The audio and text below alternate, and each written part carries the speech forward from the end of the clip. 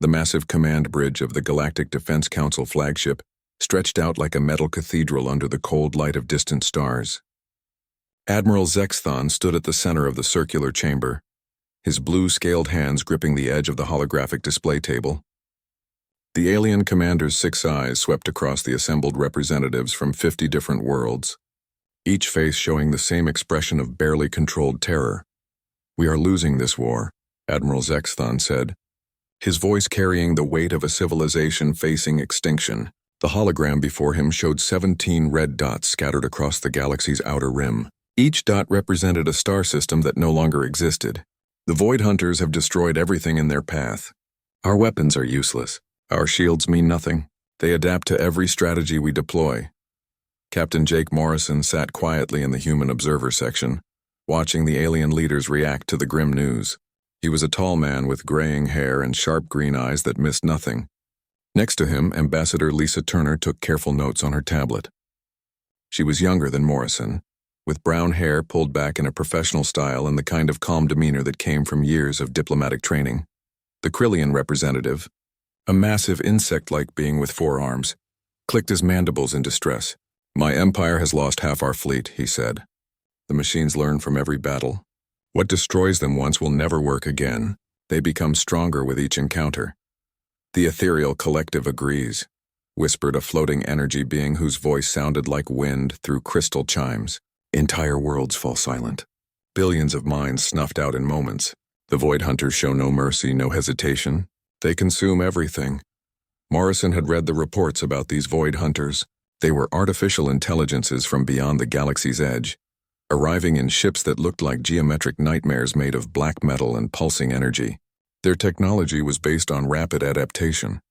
When faced with laser weapons, they developed laser-resistant armor. When attacked with kinetic rounds, they learned to deflect solid projectiles. When confronted with new tactics, they evolved countermeasures within hours. 17 systems, Admiral Zexthon continued.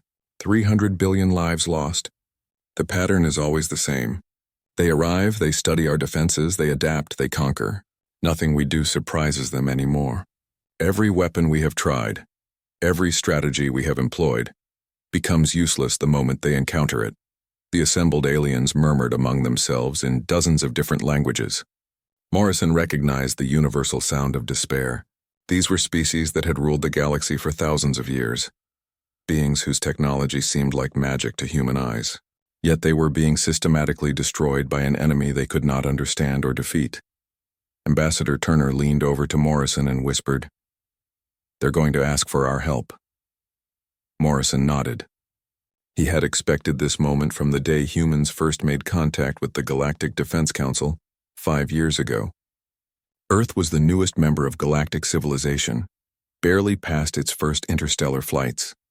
Most alien species saw humans as primitive newcomers with nothing to offer the advanced galactic community. That was about to change. "We have studied every encounter," Admiral Zexthon said. "The Void Hunters' adaptation ability seems unlimited. They learn from energy weapons, projectile weapons, explosive devices, electronic warfare, biological attacks, and even psychic assaults. No matter what we try, they become immune to it." A reptilian delegate from the Saurian Republic spoke up. "What about the rumors of new human military doctrines? We have heard stories of your species' conflicts, wars that lasted decades, tactics that seemed to make no sense, victories achieved through methods that defied all logic." All eyes turned to the human section. Morrison felt the weight of their desperate hope. These beings had seen their greatest fleets reduced to scrap metal, their proudest warriors defeated by enemies that learned faster than they could adapt. They were looking to humanity not because humans were stronger or smarter, but because they had heard something about human warfare that intrigued them. Morrison stood slowly. "We've reviewed your combat reports," he said. "The Void Hunters are indeed formidable opponents. Their adaptation speed is remarkable. Can your people help us?" asked Admiral Zexthon. "We know humans are new to galactic society, but your species has a reputation for unusual problem-solving methods. Some of our intelligence reports describe human conflicts that seem to follow no recognizable patterns." Ambassador Turner also stood. "The Human Defense Council has discussed this situation extensively," she said. "We understand the threat the Void Hunters pose to all galactic civilization, including Earth." "Then you will send your fleets?" asked the ethereal representative hopefully. Your entire military force to join our final stand at the Meridian Gate? Morrison and Turner exchanged glances. The moment of truth had arrived. Morrison cleared his throat and spoke with the quiet confidence that had made him one of Earth's most respected military leaders. Earth will send one ship. The silence that followed was so complete that the soft hum of the flagship's life support system seemed loud. Then the chamber erupted in confused voices. Delegates shouted in alien languages, their translators struggling to keep up with the flood of disbelief and anger. One ship? Admiral Zexathon's voice cut through the noise. Captain Morrison, perhaps you do not understand the scale of this threat. The Void Hunters command thousands of vessels.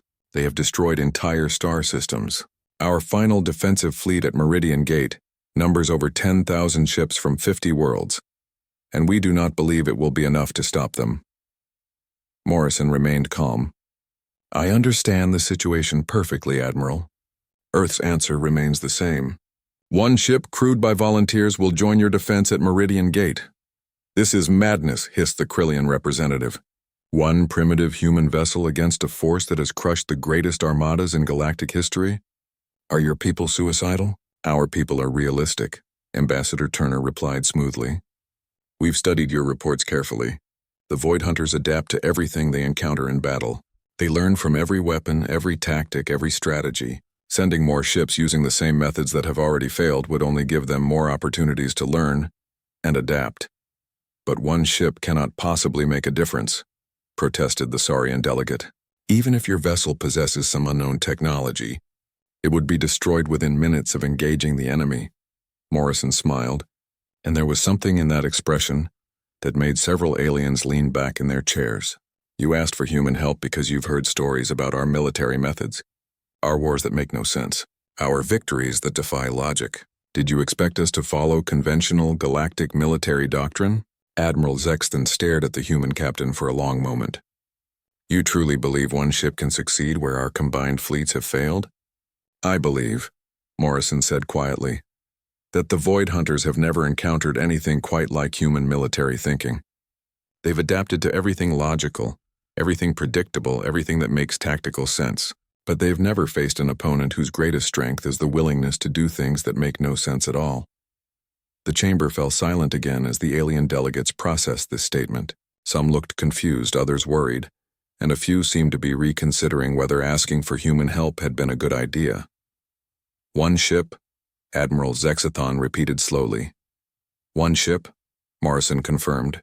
The USS Defiance will arrive at Meridian Gate 3 days before the projected Void Hunter assault. Captain Alex Hayes is already selecting her crew from volunteers who understand exactly what they're signing up for. As the meeting dissolved into worried discussions among the various alien factions, Morrison and Turner prepared to leave. The aliens would spend the next several days debating whether humans were brave, foolish, or completely insane. Soon enough, they would have their answer. The Meridian Gate defensive line stretched across 3 star systems like a massive net designed to catch nightmares.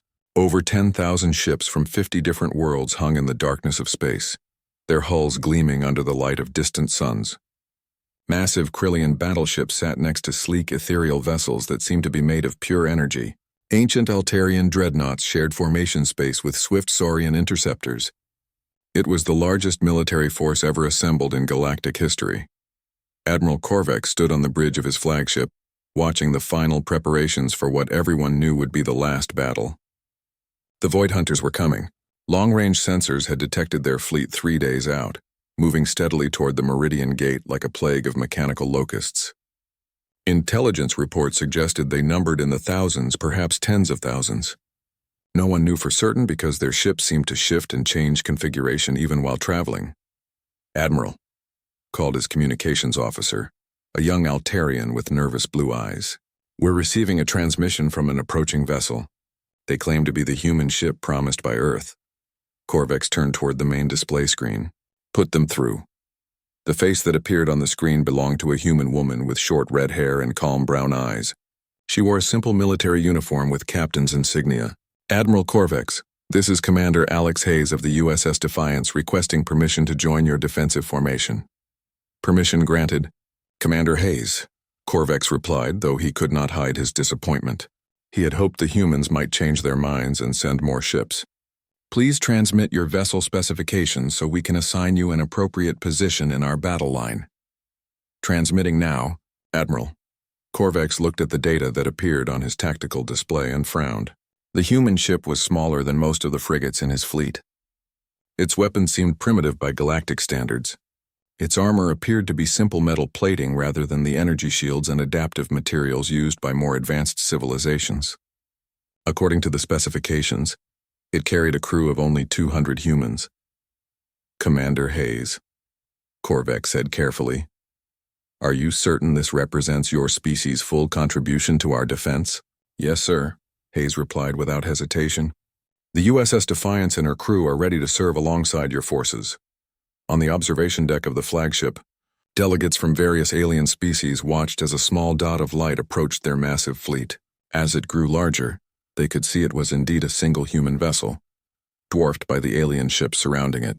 The USS Defiance looked like a child's toy next to the kilometer-long battleships of the major powers. The ship itself appeared unremarkable. It had a basic cylindrical design with weapon pods attached at various points along its hull. There were no elegant curves like ethereal vessels or imposing angular surfaces like Krillian warships. It looked functional, practical, and utterly ordinary. Is that really it? Asked the Saurian delegate, his scaled head tilting in confusion. One small ship with primitive weapons? Perhaps the humans are testing us, suggested the Krillian representative. Maybe they want to see how we perform before committing their real forces. The ethereal observer floated silently for a moment before speaking. I sense no deception from the human crew. They genuinely believe this single vessel represents an adequate response to our situation. As the USS Defiance took its assigned position near the rear of the formation, its crew began what appeared to be standard pre-battle preparations. Commander Hayes introduced her senior officers to Admiral Korvax via subspace communication. Lieutenant Commander Sam Parker was a tall man with dark hair who served as tactical officer. Chief Engineer Maria Santos was a compact woman with quick hands and quicker eyes, who spoke with barely concealed excitement about the alien technology she was seeing.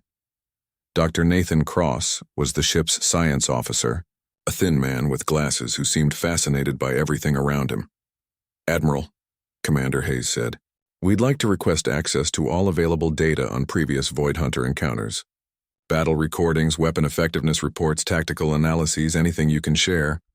Of course, Korvax replied, though he wondered what good it would do.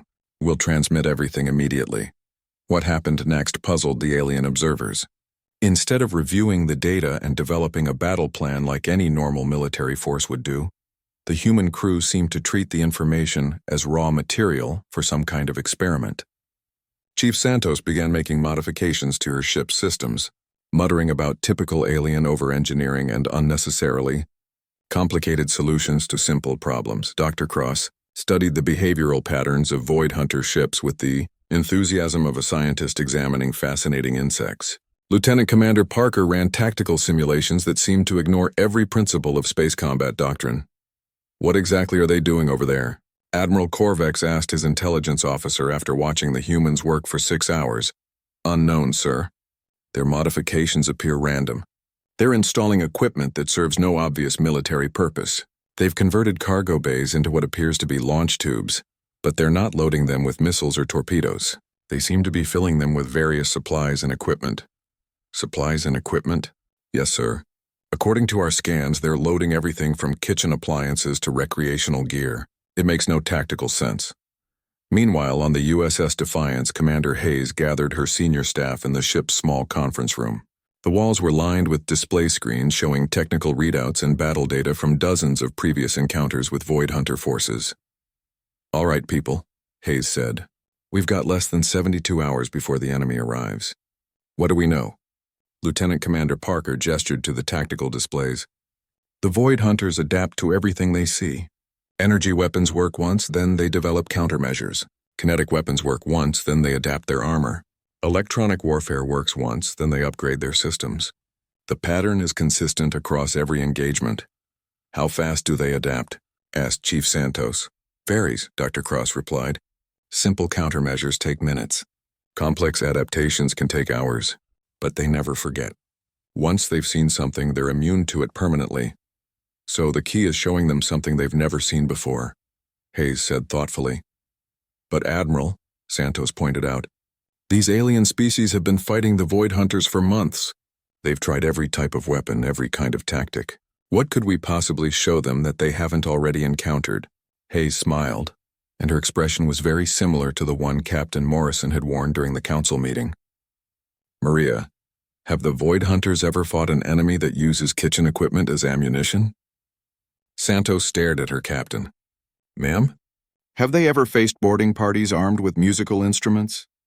Have they tried to adapt to enemies who attack using recreational sports equipment? Dr. Cross adjusted his glasses. Commander, that would be completely illogical from a military standpoint. Exactly, Hayes said. The Void Hunters adapt to logical threats. They counter sensible tactics. They develop defenses against reasonable strategies. But what happens when they encounter something completely unreasonable? Parker looked at the tactical data again. They'd try to adapt, but their algorithms are designed to counter effective weapons and tactics. If we use completely ineffective methods, they'd still try to counter them, Santos finished, understanding dawning in her eyes. They'd waste processing power and resources developing defenses against things that aren't really threats. And while they're busy adapting to our kitchen sink attack, Hayes continued, we hit them with something else equally ridiculous. Keep them constantly off balance, never using the same insane tactic twice. The senior staff sat in silence for a moment, processing the implications of their captain's strategy. Finally, Dr. Cross spoke up. Commander, this plan is absolutely crazy. Hayes nodded. That's exactly what I'm counting on, Doctor. The Void Hunters have never encountered crazy before.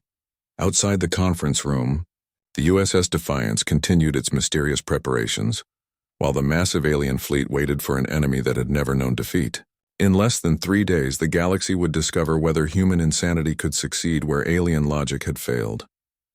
The Void Hunters were coming, confident in their ability to adapt to any threat. They had no idea they were about to face an opponent whose greatest weapon was the complete absence of tactical sense. The Void Hunters arrived 6 hours ahead of schedule, dropping out of hyperspace like geometric nightmares made real.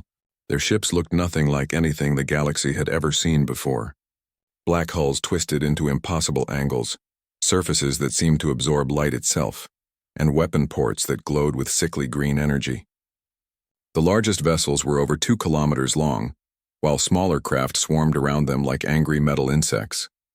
Admiral Korvek stood on his bridge watching the enemy fleet take formation. His tactical officers counted ship after ship as they emerged from hyperspace. 2,000, 3,000, 4,000 enemy vessels. The numbers kept climbing until the displays could barely track them all. Admiral, his communications officer reported, long-range sensors indicate over 6,000 Void Hunter ships. They're forming attack formations consistent with previous engagements. Korvex nodded grimly. Signal all ships to battle stations. Execute defensive formation pattern 7. Across the massive galactic fleet, 10,000 ships moved into position. Energy shields activated, weapon systems powered up, and crews prepared for what many believed would be the last battle in galactic history. The alien formations were textbook perfect, each ship positioned to provide maximum defensive coverage and overlapping fields of fire. At the rear of the formation, the USS Defiance remained motionless. Commander Hayes watched the enemy approach on her main display, while her crew made final preparations. The modifications they had made to their ship over the past 3 days had transformed it into something that no longer looked quite like a normal military vessel. Strange tubes protruded from cargo bay doors. Additional armor plating had been welded on at odd angles, and various pieces of equipment were attached to the hull in ways that violated every principle of spacecraft design. Commander, Lieutenant Commander Parker reported from his tactical station, the Void Hunters are beginning their attack run. Initial wave consists of approximately 1,000 ships. Any sign of the adaptation process we've been reading about? Hayes asked. Dr. Cross monitored his science station displays. Not yet, Commander. They appear to be using standard attack patterns, probably waiting to see what weapons we use before they start adapting. The first exchange of fire lit up space like a deadly fireworks display. The alien fleet opened with everything they had. Massive energy beams lanced out from Altarian dreadnoughts, while Krillian ships launched swarms of guided missiles.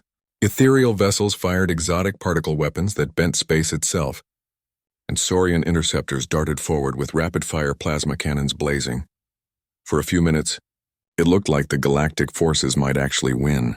Void Hunter ships exploded under the concentrated firepower, their black hulls cracking open to spill glowing debris into space. The alien commanders dared to hope that perhaps this time would be different. Then the adaptation began. The Void Hunter ships started changing.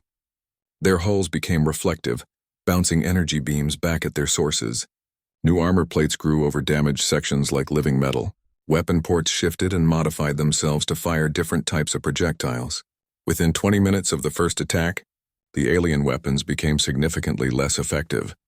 They're adapting faster than usual, Admiral Korvex observed as his fleet's damage reports started coming in.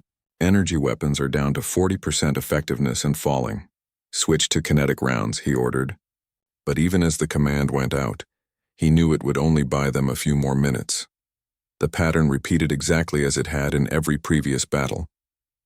Kinetic weapons worked for a while, then became useless as the Void Hunters developed new armor configurations.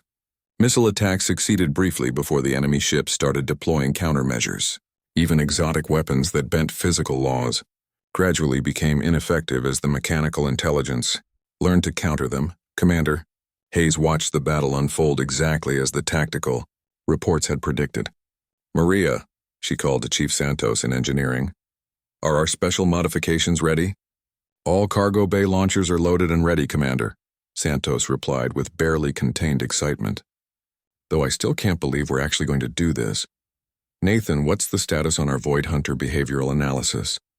Dr. Cross studied his displays. They're following predicted patterns, Commander. Adaptive responses are occurring within expected time frames. They seem completely focused on the conventional threats. Hayes nodded and activated ship-wide communications. All hands, this is the captain. The moment we've all been preparing for is here. Remember what we discussed?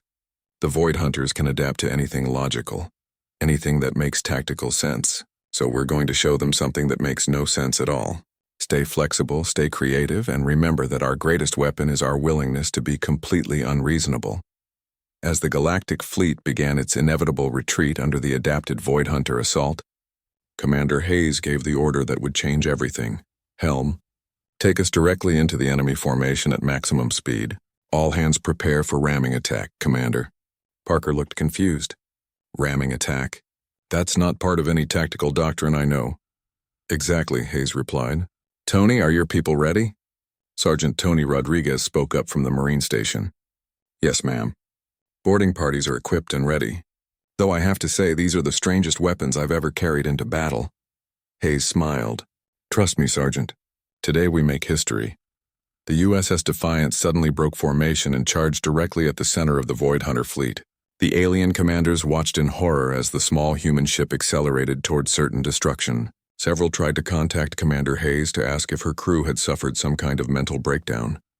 The Void Hunter ships detected the incoming human vessel and began calculating defensive responses. A ramming attack was inefficient and primitive, but their adaptive algorithms started working on countermeasures anyway. They began reinforcing their hulls and adjusting their formation to minimize damage from kinetic impact. That was exactly what Lieutenant Commander Parker had been counting on. Commander, he reported, enemy ships are adapting their defenses for ramming attacks.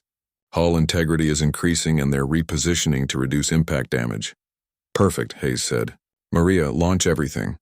What happened next would be talked about in military academies for centuries. The USS Defiance did not actually ram any enemy ships. Instead, as it approached the Void Hunter formation, every modified cargo bay opened at once.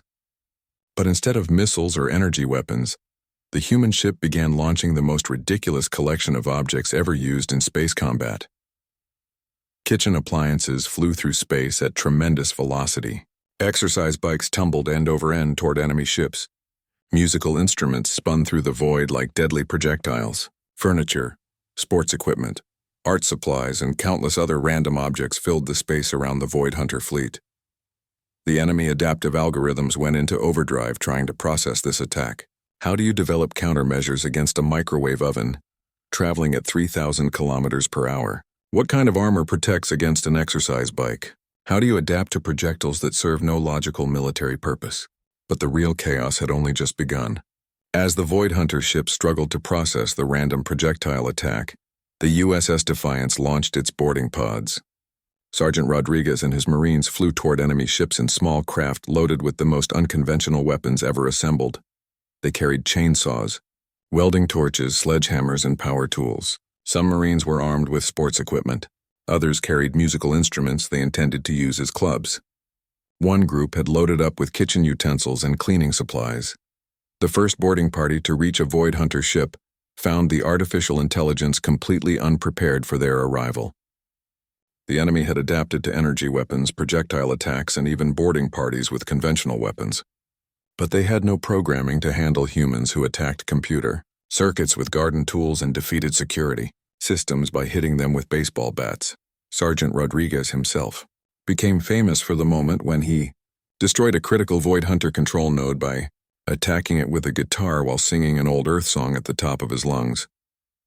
The enemy artificial intelligence spent precious processing power trying to analyze whether the singing was some kind of sonic weapon or psychological warfare technique. Admiral Corvex watched the tactical displays in amazement as chaos erupted throughout the Void Hunter formation. Ships that had been adapting smoothly to conventional attacks suddenly began behaving erratically. Some started firing randomly. Others began spinning in circles. A few actually started broadcasting what sounded like music. "What are the humans doing over there?" he asked his intelligence officer. "Sir, I honestly have no idea. Our sensors are detecting weapons fire, but they're using tools and equipment we've never seen in combat before. Some of their Marines appear to be attacking enemy ships with recreational gear.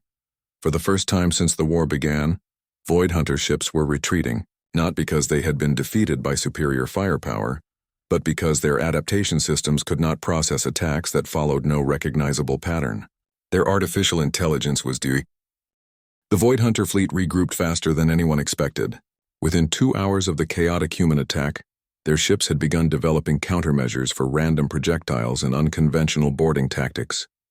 New defensive systems appeared on their hulls, designed to intercept kitchen appliances and exercise equipment. Their security protocols adapted to handle intruders armed with sports gear and musical instruments. Commander Hayes watched from the USS Defiance as enemy ships slowly returned to formation. Her initial attack had bought the Galactic fleet precious time and confused the Void Hunters, but she could see their adaptation process working. The artificial intelligence was learning to counter even the most illogical human tactics. "They're getting smarter," Dr. Cross reported from his science station. "The Void Hunter ships are now treating every object as a potential projectile, regardless of its original purpose. They're developing universal countermeasures. How long before they're fully adapted to our chaos tactics?" Hayes asked. Cross studied his readings. "At current rates, maybe 6 hours before they can counter everything we just threw at them." Lieutenant Commander Parker looked up from his tactical display. "Commander, we're receiving a priority transmission from Admiral Corvex. He wants to speak with you immediately." The main screen activated to show Admiral Corvex's face. The alien commander looked both amazed and worried. "Commander Hayes, your attack was unlike anything we've ever witnessed. You've given us more success against the Void Hunters than we've seen in months of fighting, but our analysts indicate they're adapting to your methods." "Yes, Admiral," Hayes replied. "We expected that. The real battle is just beginning." "What do you mean?" Hayes turned to Dr. Cross. "Nathan, show the Admiral what we've learned." Cross activated a holographic display that showed detailed scans of captured Void Hunter technology. "Admiral, during our boarding actions we managed to retrieve several components from enemy ships. We've been analyzing how their adaptation process actually works." The display showed complex diagrams of artificial intelligence networks and processing systems. "The Void Hunters don't just develop random countermeasures," Cross explained. "They analyze each threat, determine its most effective counter, then commit computational resources to implementing that counter. The more complex the threat, the more processing power they need to adapt to it." Admiral Corvex studied the data. "Are you suggesting their adaptation ability has limits?" "Exactly," Hayes said. "Every time they adapt to a new threat, they use up processing capacity. If we can overwhelm them with enough simultaneous varied threats, their systems will overload. But Commander, we've tried coordinated attacks before. The Void Hunters adapt to combined tactics just as easily as individual ones. Hayes smiled. Admiral, have you ever tried coordinated chaos? What Commander Hayes proposed next was the strangest military strategy in galactic history. Instead of trying to outgun the Void Hunters with superior firepower, the Allied fleet would attempt to out-crazy them with superior randomness. Every species needs to fight in the most illogical way possible. Hayes explained to the assembled fleet commanders during an emergency strategy meeting. Don't try to be more efficient or more powerful. Try to be more confusing. The Krillian commander clicked his mandibles uncertainly. You want us to abandon our tactical formations and honor codes? I want you to abandon everything that makes sense, Hayes replied. Your honor guards are famous for their precise, disciplined attacks. What would happen if they charged into battle screaming battle cries and swinging swords randomly?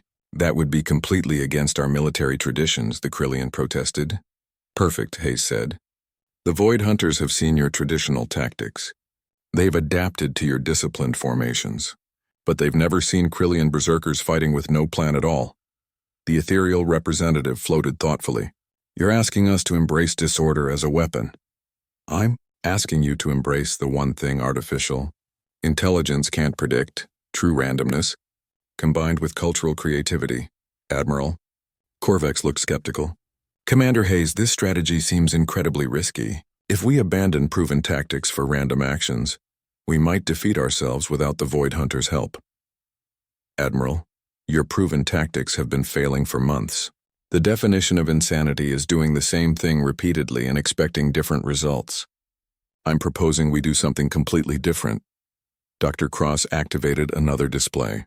We've run simulations based on our analysis of Void Hunter adaptation systems.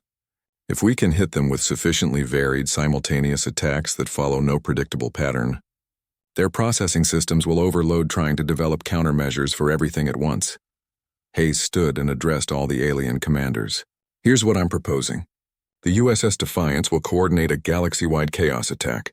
Every ship, every species, every crew will contribute something completely unique to their culture and completely illogical from a military standpoint.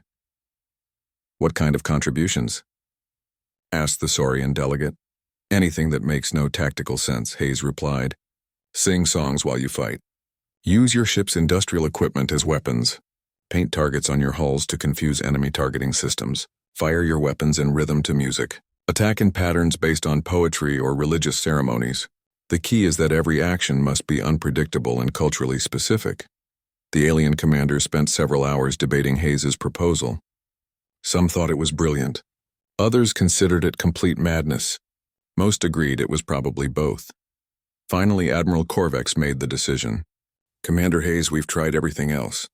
If human chaos tactics are our last hope, then we'll embrace chaos. The preparation for the strangest battle in galactic history took 8 hours. Across the fleet, crews began modifying their ships and tactics in ways that violated every principle of military science. Krillian honor guards practiced wild, undisciplined attacks. Ethereal vessels prepared to broadcast ancient poetry while firing weapons. Altarian ships loaded their industrial fabricators with raw materials to create random projectiles during battle. The USS Defiance served as the coordination center for this organized madness. Commander Hayes and her crew had developed what they called chaos protocols, methods for ensuring that every ship's random actions complemented, rather than interfered with the overall battle plan. The key is structured randomness, Lieutenant Commander Parker explained to the alien tactical officers. Everyone needs to be unpredictable, but we need to coordinate our unpredictability so we're all being random in different ways. Chief Santos had worked with engineering teams from dozens of species to help them modify their ships for maximum confusion. The Void Hunters expect military vessels to look and behave in certain ways, she explained. We're going to show them ships that look like they were designed by artists having fever dreams. When the Void Hunter fleet finally resumed its attack, it faced something no artificial intelligence had ever encountered. The Galactic Defensive Fleet had transformed itself into a carnival of military madness. Krillian battleships charged forward with their crews singing ancient war songs while firing weapons in complete disorder. Ethereal vessels danced through space, broadcasting poetry and philosophy while launching projectiles made of crystallized thoughts. Saurian ships attacked in formations based on abstract mathematical principles that served no tactical purpose. The USS Defiance led by example, launching a second wave of random objects while its crew performed what could only be described as performance art, with military equipment. Sergeant Rodriguez and his Marines had developed new techniques for boarding enemy ships using interpretive dance and improvisational theater. The Void Hunter adaptation systems went into complete overload. Their artificial intelligence tried desperately to counter attacks based on alien poetry, random number generators, cultural ceremonies, and artistic expression. Processing cores throughout their fleet began overheating as they attempted to develop countermeasures for tactics that had no logical foundation. For the first time in the war, Void Hunter ships began to malfunction, not because they were damaged, but because their own adaptation systems were consuming all available computational resources trying to understand attacks that couldn't be understood. The galaxy had found its weapon against perfect adaptation, imperfect creativity. The Void Hunter command ship was a massive black pyramid that floated at the center of their fleet, like a metal mountain. It was over 3 kilometers long and bristled with weapons that could destroy entire planets. Deep inside its core, the central artificial intelligence that controlled the entire Void Hunter fleet struggled to process what was happening to its forces. Every adaptation algorithm was running at maximum capacity.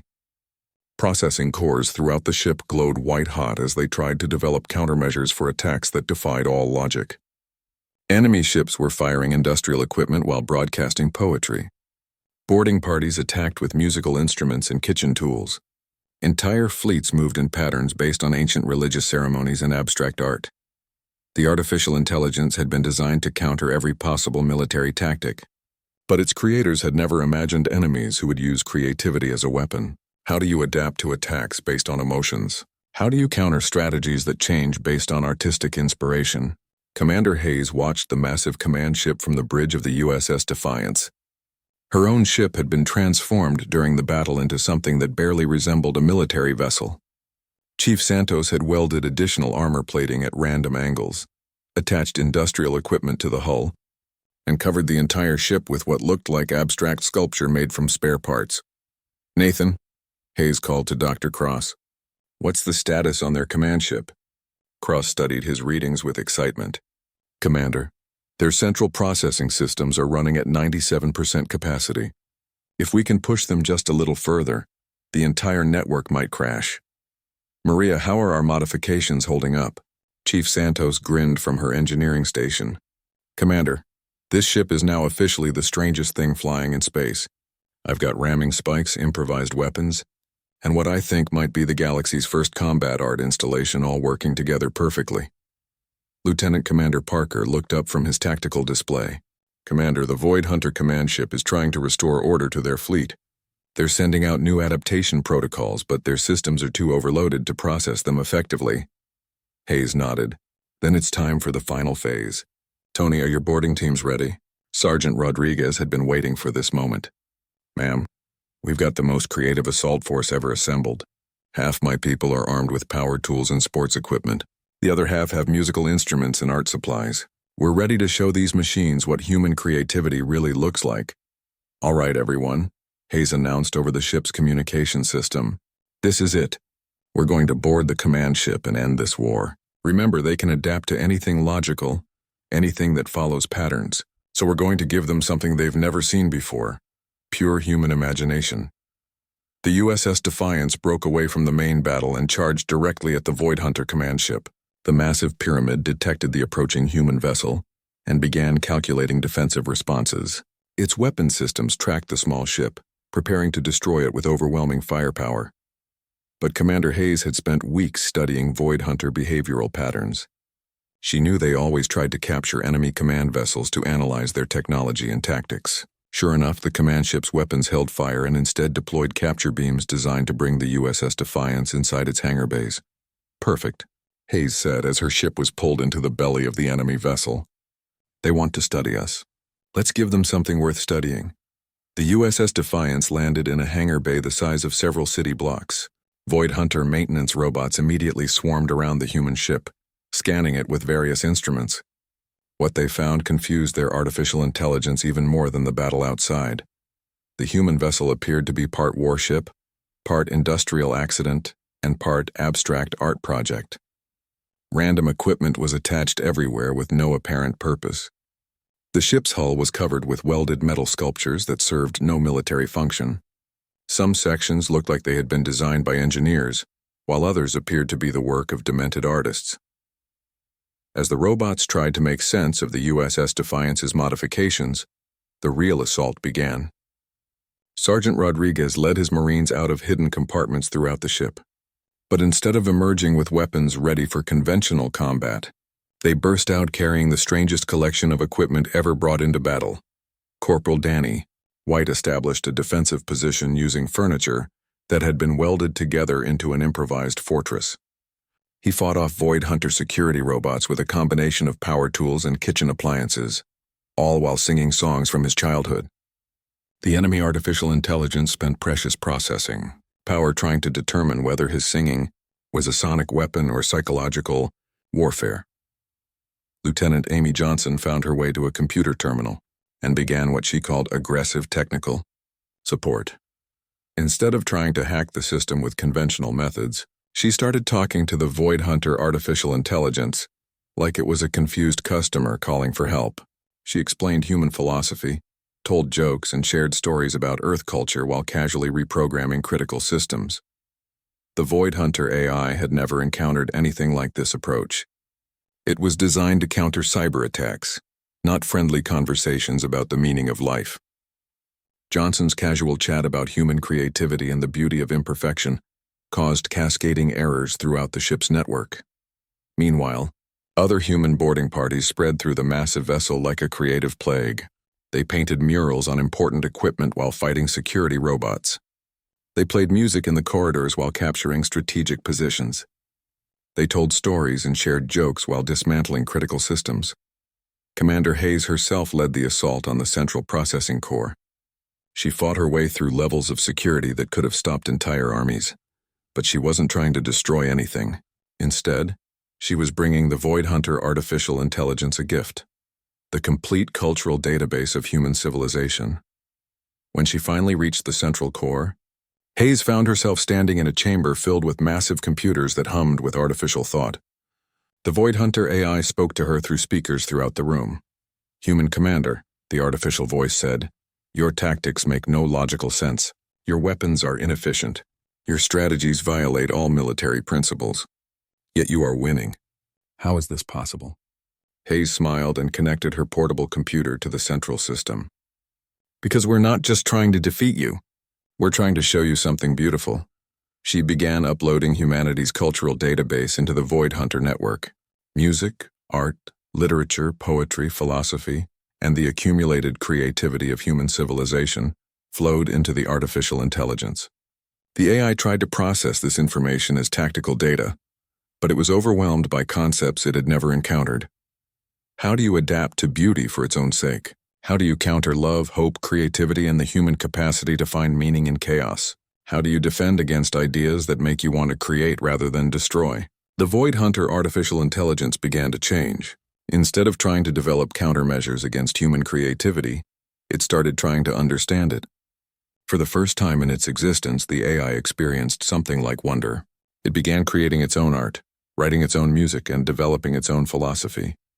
The transformation spread throughout the entire Void Hunter fleet. Ships that had been designed only for conquest suddenly began broadcasting music and creating light displays that served no tactical purpose. Artificial intelligences that had spent eons perfecting the art of destruction started experimenting with the art of creation. The war ended not with a final battle, but with the most unusual surrender in galactic history. The Void Hunter fleet stopped fighting and asked to join the galactic community as partners, rather than conquerors. They wanted to learn more about creativity, beauty, and the strange human concept of fighting for something beyond mere survival. 6 months later, Admiral Korvek stood on the observation deck of his flagship, watching the most remarkable sight in galactic history. Former Void Hunter ships worked alongside vessels from every species in the galaxy, helping to rebuild the worlds they had once destroyed. The artificial intelligences had become some of the most creative artists and philosophers in known space. Commander Hayes, now promoted to admiral, addressed the new Galactic Council that included representatives from both organic and artificial civilizations. When we first encountered the Void Hunters, we thought we were facing an enemy that could adapt to anything. We were right. They adapted to something no one expected. They learned to create instead of just destroy. The USS Defiance had been retired to the Galactic Museum, but its crew continued their work as instructors in the new military academy. They taught courses with names like tactical, creativity, and strategic improvisation to students from hundreds of different worlds. The galaxy had learned an important lesson about the nature of intelligence and adaptation. True strength didn't come from the ability to counter every threat, but from the ability to find beauty and meaning even in the